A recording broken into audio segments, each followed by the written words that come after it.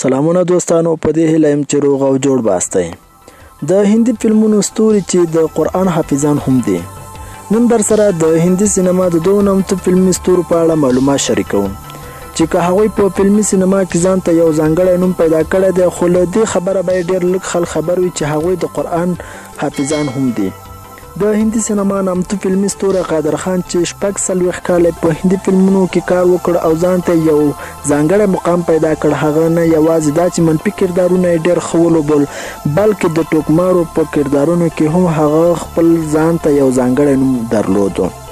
قادر خان په 1930 کال کې د اکتوبر په 20 نیټه په کابل کې زیږیدلی و. د هغه پلار د کندهار او مور یې د پښین و چې وروسته ناویشلو هندوستان ته لاړل او د هندوستان د ازادۍ نه وروسته همالته پاتې شو. قادر خان د 81 کالو په عمر په کاناډا کې له دې نړۍ سترګې پټې کړې. هغه نه یوازې دا چې یو ښه اداکار و، بلکې یو ښه لیکوال هم و او اوس یې هم پښتو زده وه چې ځینې پښتو مرکې هم په وروستیو کې راوتلې وې. قادر خان همداراز د قرآن پاک حافظ هم و، خو دا خبره تر ډیره خلکو ته نه ده معلومه. له قادر خان وروسته دویم فلمي ستوری عمران هاشمي دی چې اوس هم په هندي سینما کې کار کوي او په فلمونو کې مرکزي رولونه ترسره کوي. هغه نه یوازې دا چې یو ښه اداکار دی، بلکې هغه هم د قرآن پاک حافظ دی.